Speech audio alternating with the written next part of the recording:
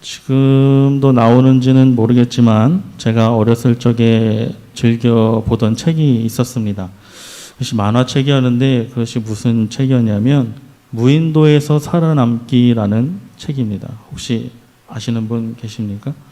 많은 시리즈로 이렇게 나왔는데 뭐 무인도에서 살아남기, 뭐 아마존에서 살아남기, 뭐 북극에서 살아남기, 뭐 이런 여러 가지 버전으로 나온 책이었습니다. 이 책의 내용은 이 극한의 지역에서 불의의 사고로 뭐 아니면 일부러 뭐 그곳에서 이제 사고로 떨어져서 그곳에서 이제 말 그대로 이 제목 그대로 살아남는 이야기입니다. 이 책을 읽으면 마치 제가 이제 그곳에서 살아남을 수 있는 지식들을 실감나게 이제 알려주기 때문에 마치 제가 거기에 떨어져도 제가 진짜로 살 수 있을 것 같은 느낌을 주는 그런 책입니다. 그런데 오늘날 우리가 이 살아가는 이 세상을 보면 제가 이 책을 읽었던 시절이 생각납니다. 그 이유는 우리가 지금 살고 있는 이 세상이 제가 읽었던 이 책처럼 극한의 환경을 살아가는 책의 내용과 비슷하기 때문이죠. 오늘 이 세상을 책 제목과 같이 한번 지어보자면 오늘 제목에는 이제 반절만 나와 있는데 거룩 없는 세상에서 살아남기라고 한번 지어보고 싶습니다.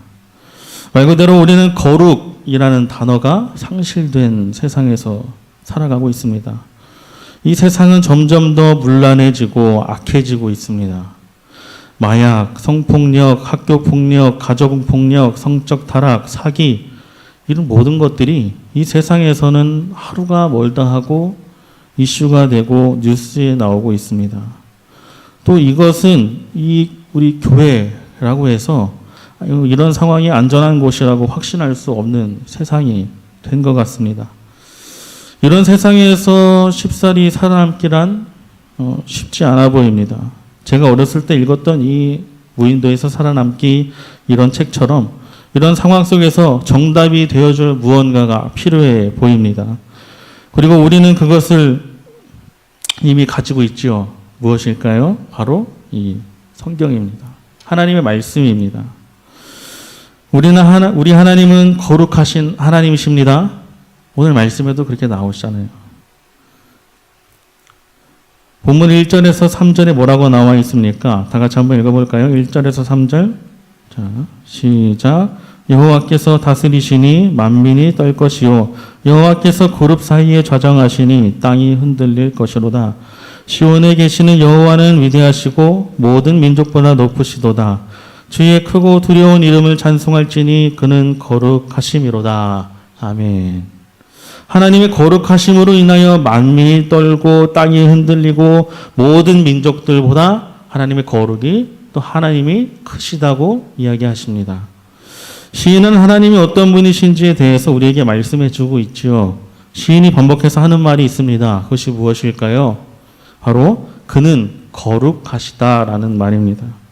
이 3절에 보니까 주의 크고 두려운 이름을 찬송할지니 그는 거룩하심이로다. 5절에 너희는 여호와 우리 하나님을 높여 그의 발등상 앞에서 경배할지어다. 왜냐하면 그는 거룩하시기 때문이에요. 또 마지막 9절에 너희는 여호와 우리 하나님을 높이고 그 성산에서 예배할지어다. 왜요? 여호와 우리 하나님은 거룩하시기 때문이죠. 시인은 여호와 하나님에 대해서 계속해서 그분은 거룩하시다라고 이야기하고 있습니다. 이유가 무엇일까요? 정말 그분의 성품이 거룩하시고 한 점 부끄러움도 없으시고 이 오점이 없으신 분이시기 때문이라는 거죠. 하나님께서는 레위기 11장 45절에 보니까 내가 거룩하니 너희도 거룩하라 라고 말씀하셨습니다. 하나님 우리에게 거룩하라 라고 명령하십니다. 이것이 우리가 거룩해야 하는 이유죠. 하나님께서 명령하셨으니까 우리는 거룩해야 합니다. 이 사람은 겉으로는 거룩한 채 하고 속은 더러운 경우가 꽤나 많습니다. 하지만 하나님은 모든 것이 거룩하신 분이십니다. 거룩으로 번역된 이 히브리어인 코데시라는 말은 잘라냄 또 분리함 그런 것을 의미하는 말입니다. 한마디로 더러움과 분리된 상태를 의미하는 것이죠. 이 원래 거룩이라는 단어는 하나님께만 있는 성품이고 하나님에게만 쓸 수 있는 이런 단어입니다. 그 모든 피조물과 완전히 다르게 구별되시는 것을 말하는 것이고 하나님은 언제 어디서든지 거룩하신 분으로 우리에게 나타나신다는 것이죠. 이 거룩이라는 것이 하나님으로부터 오는 것이고 인간을 포함한 모든 하나님의 피조물은 거룩해져야 합니다.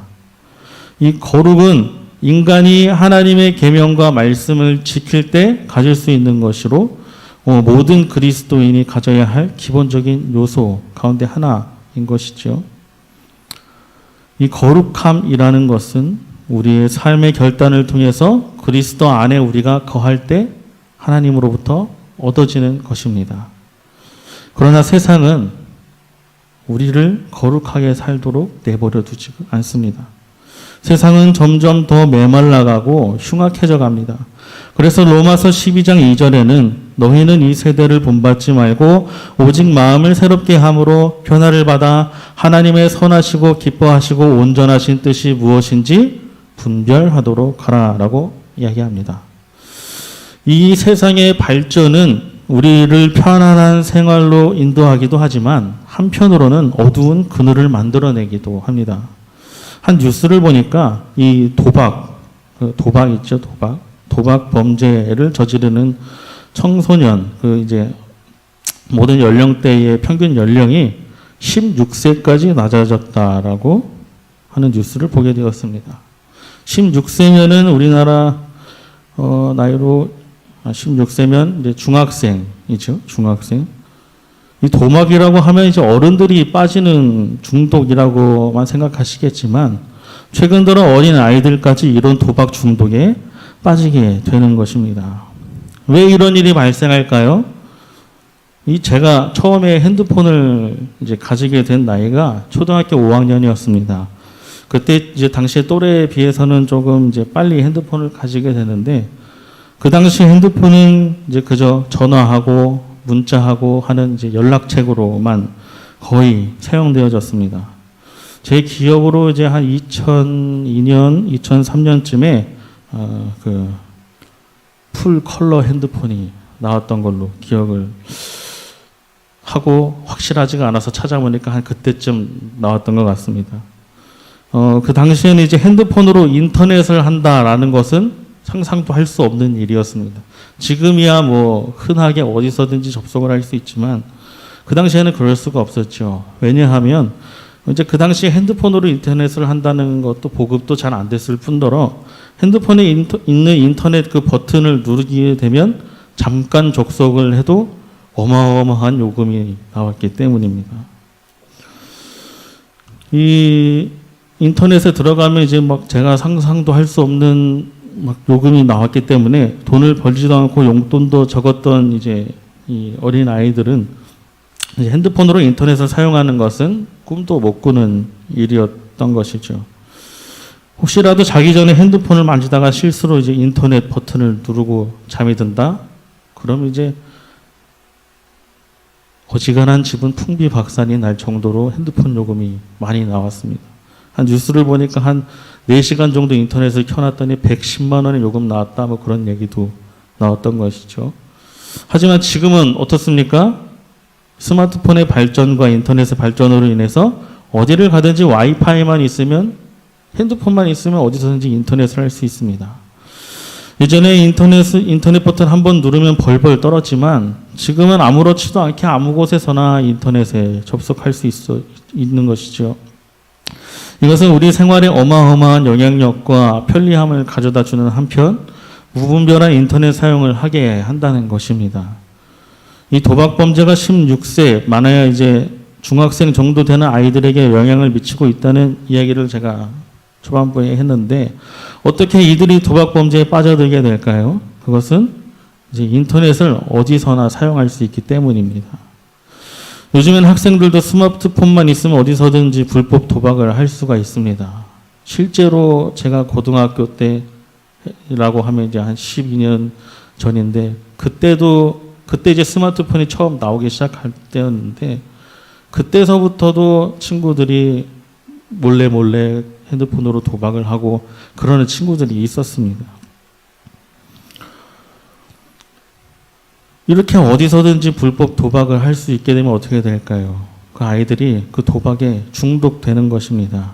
반에서 힘이 센 소위 일진이라는 아이가 도박에 빠지면 어떻게 될까요? 돈이 필요하겠죠? 그럼 어떻게 돼요? 돈이 필요하니까 자기보다 힘이 약한 아이들을 괴롭혀서 돈을 뺏고 학교 폭력이 이루어지는 겁니다. 이렇게 인터넷을 잘 사용하게 되고 도박에 빠지게 되는 것이 학교 폭력으로 이루어지고 또 학교 폭력을 당한 아이는 또 이 잘못된 경우에는 자살이라는 이런 또 우울증에 빠지게 되고 이런 악순환이 계속 되는 것이죠. 시대가 이렇게 변해버렸습니다. 이 인터넷의 발전은 이 도박뿐만 아니라 음란의 범죄에도 빠지게 됩니다. 어디서든지 이제 인터넷을 할 수 있다 보니까 많은 이들이 음란물을 쉽게 접하게 되고 불법 촬영 또 유포 등의 음란한 죄를 그 어느 때보다 쉽게 저지를 수 있게 된 것입니다. 저는 지금 이 이야기를 하면서 이 문명의 발전을 막자, 문명은 발전하면 안 된다라는 이야기를 하고 있는 것이 아닙니다. 우리 자녀들이 그리고 우리가 이런 시대에 살고 있다라는 것을 이야기하고 싶은 것이죠. 우리 안에 거룩이 사라졌습니다. 우리 안은 물론이고 이 세상 가운데 거룩이 사라졌습니다. 여호와만이 위대하시고 여호와만이 높이 계셔야 하는데 만몬을 위대하다 하고 음란함을 자랑합니다. 우리 하나님의 이름만 두려워해야 하는데 이들은 만몬을 두려워하고 사람을 두려워하고 또 사탄을 두려워합니다. 오히려 그것을 찬양하는 일도 있어요. 이런 시대에 우리가 살고 있습니다. 이때 우리가 어떻게 해야 할까요? 다시 로마서 12장 2절의 말씀을 한번 다시 보면 너희는 이 세대를 본받지 말고 오직 마음을 새롭게 함으로 변화를 받아 하나님의 선하시고 기뻐하시고 온전하신 뜻이 무엇인지 분별하도록 하라. 우리는 이 세대를 본받지 말고 무엇보다 분별해야 될 줄로 믿습니다. 그럼 그 분별력은 어디서 나올까요? 그것은 바로 하나님을 경외함으로부터 나오는 것이죠. 4절과 5절 함께 보겠습니다. 4절 5절 시작. 능력 있는 왕은 정의를 사랑하느니라. 주께서 공의를 견고하게 세우시고 주께서 야곱에게 정의와 공의를 행하시나이다.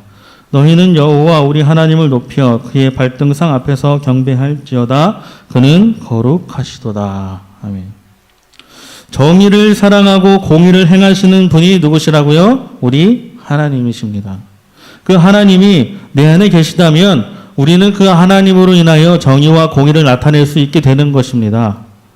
우리 자녀들이 이 악한 세상 속에서 살면서 승리하는 삶을 살길 원한다면 여러분 우리 자녀들이 또 손자들이 하나님만 경외하고 거룩한 하나님을 내 안에 모시며 살 수 있도록 인도하시기 바랍니다. 그것이 우리 믿음의 조상, 우리 먼저 믿은 자의 역할이라는 것이죠. 제가 이제 수요일이나 금요일 저녁에 이제 예배를 위해서 이제 운행을 나갑니다. 그 나가다 보면 평촌 학원가를 이제 지나가게 되는데, 저는 이 짧은 거리에 학원이 이렇게 많은 줄을 저희 안양중앙교회 와서 처음 알았습니다. 평촌 학원가라고 말로만 들어봤지 뭐 학원이 얼마나 있는지 몰랐는데 건물이 한 100m 이렇게 양쪽에 있는데 그 빌딩이 다 학원인 겁니다. 다 수학학원, 영어학원, 논술학원, 뭔 학원 다 학원인 겁니다. 근데 중요한 건 그 학원 불이 다 환하게 켜져 있어요. 한 곳도 꺼져 있는 곳이 없습니다. 그 환하게 켜져 있는 불은 수요 예배가 끝나고 금요 예배가 끝나고도 환하게 켜져 있습니다. 학원가를 지날 때마다 생각하는 게 있는데 여기 있는 아이들이 100분의 1만 교회에 왔으면 교회가 참 좋겠다라는 생각입니다. 물론 그 아이들 중에서는 교회에 다니는 아이들도 있겠습니다만 중요한 것은 이 아이들이 무엇을 위해서 이렇게 열심히 공부를 하는가라는 것이죠. 물론 우리 아이들이 수고하고 열심히 꿈을 위해서 노력하고 있다는 사실은 너무나도 잘 알고 있습니다. 그렇지만 이 학원가의 불이 환하게 켜질 때 교회의 모습은 한번 보신 적이 있으십니까? 교회에 다니는 아이들도 시험 기간이 되면 교회에 빠집니다. 그 시간에 시험 공부를 하기 위해서죠. 이것은 뭐 교육자 자녀라고 해서 뭐 예외는 아닌 것입니다. 시험 기간과 수련회가 겹치면 당연히 저 수련회 못 가요. 시험 공부해야 돼요. 하는 아이들이 대부분이라는 것이죠. 수련회를 포기하고 학원에 가는 아이들이 더 많습니다. 이제 그래 놓고 조금 믿음이 적은 아이들은 시험을 보고 잘못 보거나 원하는 대학에 들어가지 못하면 그때는 또 하나님 탓을 하는 아이들이 적지 않다고 하는 것이죠. 시험을 보고 시험에 들었다고 교회에 안 나옵니다. 이거 뭐가 잘못돼도 한참 잘못된 것 같지 않습니까? 여기에는 부모된 우리의 문제도 있는가 한번 생각해 봅니다. 최근 담임 목사님께서 엘리 제사장의 가정을 이야기하면서 자녀 교육의 중요성에 대해서 말씀해 주셨던 것을 기억합니다. 제가 부모가 되니까 이제 알겠더라고요. 제가 이제 자녀였을 때는 부모님이 뭐라고 얘기하든 내 인생에 뭐 이렇게 참견하나 라고 이제 생각을 했었는데 부모가 되고 나니까 이 아이가 올바른 길로 이제 가야 되지 않습니까? 그렇게 계속 이제 이야기를 해주는 건데 자녀들은 잘 모르죠. 부모님의 마음을. 그래서 자녀 교육이 굉장히 중요하다라는 것을 깨달았습니다. 사랑하는 여러분, 우리가 살아가는 목적이 무엇입니까? 이 세상에서 잘 되기 위함일까요? 이 세상에서 돈 잘 벌고 잘 먹고 잘 살기 위함일까요? 아니죠. 우리가 사는 목적은 바로 그 하나님을 예배하기 위함입니다. 하나님께 영광을 돌리기 위함입니다. 베드로전서 2장 9절 말씀에 그러나 너희는 택하신 족속이요 왕같은 제사장들이요 거룩한 나라요 그의 소유가 된 백성이니 이는 너희를 어두운 데서 불러내어 그의 기이한 빛에 들어가게 하신 이의 아름다운 덕을 선포하게 하려 하심이라. 이것이 우리가 창조된 목적입니다. 이 세상 가운데 하나님을 예배하고 하나님을 찬양하고 거룩한 제사장으로서 거룩한 백성으로서의 역할을 하는 것. 이것이 우리의 역할이지요. 오늘 본문은 이야기합니다. 6절에 보니까 그의 제사장들 중에는 모세와 아론이 있고 그의 이름을 부르는 자들 중에는 사무엘이 있도다. 그들이 여호와께 간구하였음에 응답하셨도다. 모세와 아론이 누굽니까? 이스라엘을 애굽에서 구원해내고 홍해를 가르고 이스라엘 백성들을 가나안 땅까지 인도해낸 위대한 지도자입니다. 사무엘은 어떻습니까? 사무엘이 누군가요? 사무엘은 이스라엘의 마지막 사사이며 위대한 선지자였습니다. 그는 이스라엘을 블레셋으로부터 구해냈고 이스라엘의 역대 최고의 왕이라고 불리우는 다윗 왕을 세운 사람입니다. 이런 이들이 왜 여호와께 간구했을까요? 그 이유는 이런 이들조차도 하나님이 안 계시면 그들은 아무것도 아니기 때문입니다. 그들이 하나님께 기도했고 하나님께서 응답하셨기 때문에 이스라엘을 애굽에서 구원해내고 홍해를 가르고 가나안에 갈 수 있었던 것입니다. 그들이 하나님께 기도했기 때문에 블레셋에서부터 이스라엘을 구하고 다윗 왕을 세울 수 있었던 것입니다. 이 모든 것이 우리 거룩하신 하나님 없이는 안 되는 일이라는 것이죠. 우리가 거룩하신 하나님을 높이고 내 안에 하나님이 계셔야 하는 이유는 바로 여기 있습니다. 거룩하신 하나님을 내 안에 모심으로써 우리가 거룩해져야만이 이 타락한 세상 속에서 하나님의 백성답게 살아갈 수 있기 때문입니다. 계시록 3장 20절 말씀에 볼지어다 내가 문 밖에서 서서 두드리노니 누구든지 내 음성을 듣고 문을 열면 내가 그에게로 들어가 그와 더불어 먹고 그는 나와 더불어 먹으리라. 사랑하는 여러분, 이 세상에서 살아남고 싶으십니까? 그렇다면 거룩하신 하나님을 내 안에 모시기를 소망합니다. 그리고 그 하나님을 그 어떤 것보다 높이며 예배하시길 바랍니다. 거룩하게 사는 것만이 이 세상에서 살아갈 수 있는 유일한 길입니다. 그리고 거룩하게 하신 하나님으로 인해 거룩해지셨다면 세상 사람들에게 전하시는 성도님들 되시기를 간절히 소망합니다. 성경은 우리를 세상의 소금과 빛이라고 이야기합니다. 마태복음 5장 13절 15절에 너희는 세상의 소금이니 소금이 만일 그 맛을 잃으면 무엇으로 짜게 하리요 후에는 아무 쓸데없어 다만 밖에 버려져 사람에게 밟힐 뿐이니라. 너희는 세상의 빛이라. 산 위에 있는 동네가 숨겨지지 못할 것이요 사람이 등불을 켜서 말 아래 두지 아니하고 등경 위에 두나니 이러므로 집 안 모든 사람에게 비치느니라. 아멘. 주님은 우리를 향해서 소금이 되기 위해서 노력해라, 빛이 되기 위해서 노력해라 라고 하시지 않으셨습니다. 주님은 우리가 이미 소금이고 우리가 이미 빛이라고 이야기하십니다. 주님을 내 안에 모신 거룩한 성도는 이미 소금이고 빛인 겁니다. 그럼 이제 뭘 해야 될까요? 맛을 잃은 세상에 들어가서 소금으로서의 역할을 감당해내야죠. 빛이 없어서 어둠 속을 헤매는 사람들 가운데 빛으로서의 역할을 감당해내셔야 합니다. 우리 안양중앙교회의 모든 성도님들이 그리고 우리 모든 자녀들이 하나님을 높이고 경외함으로 거룩한 성도가 되어서 이 거룩 없는 이 세상을 잘 살아내고 더 나아가서 거룩이 없는 곳에 거룩하신 하나님을 전파하고 어두운 곳에 밝은 빛을 비춰주는 귀한 성도님들 될 수 있기를 간절히 소망합니다. 그러려면 오늘 이 말씀이 항상 내 안에 있어야 합니다. 오늘 9절 말씀을 함께 읽고 오늘 말씀을 마치도록 하려고 합니다. 9절 말씀 다 같이 한번 읽어보겠습니다. 시작. 너희는 여호와 우리 하나님을 높이고 그 성산에서 예배할지어다. 여호와 우리 하나님은 거룩하심이로다. 한 번 더 읽어볼까요? 너희는 여호와 우리 하나님을 높이고 그 성산에서 예배할지어다. 여호와 우리 하나님은 거룩하심이로다. 우리 하나님은 거룩하신 분이십니다. 이 하나님이 우리 성도님들 마음에, 우리 자녀들 마음에, 우리 모든 세상 사람들 마음에 있기를 간절히 소망합니다.